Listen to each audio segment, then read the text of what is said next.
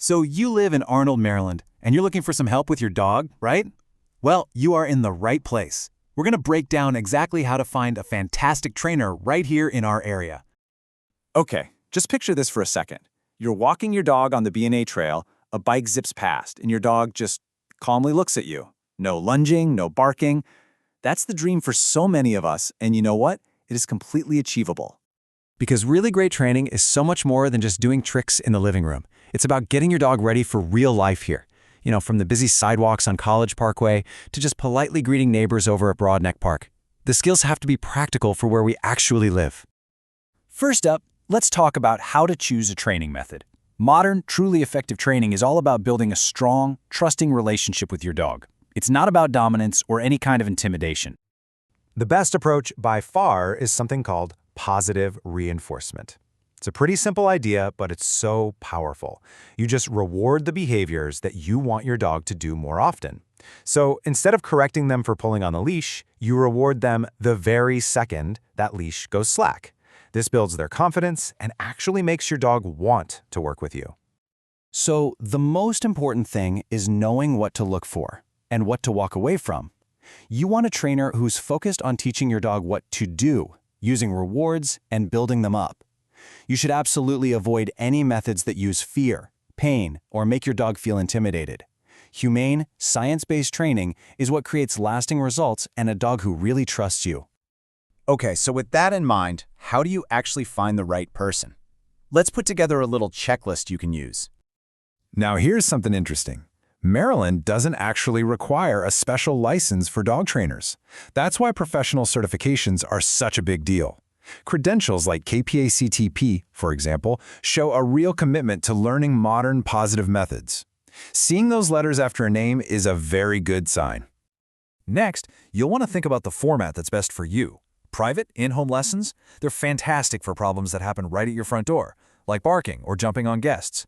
Group classes are wonderful for practicing focus around other dogs. And then there are board and train programs. They're an immersive option, but you'll want to be sure they're transparent and only use positive methods. When you get a potential trainer on the phone, have a few key questions ready. You should definitely ask about their training methods, what certifications they hold, and how they track progress. It's also really important to get a clear picture of all the costs and their policies. Their answers are going to tell you a lot. Now for the part everyone wants to know about, the practical stuff. Let's talk about costs and how long this all takes. Here's a quick look at what you can generally expect to pay in our area. A group class that runs for a few weeks might be a couple $100s. Private lessons are usually priced per session, maybe between $110 and $185. And of course, the more intensive programs like a board and train are a bigger investment.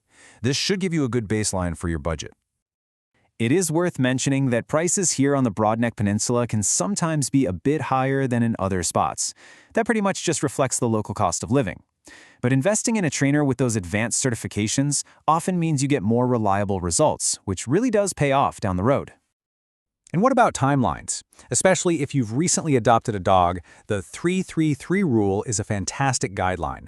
It basically says to give your new dog about 3 days to decompress, 3 weeks to start learning your routines, and then a full 3 months to really feel settled and at home.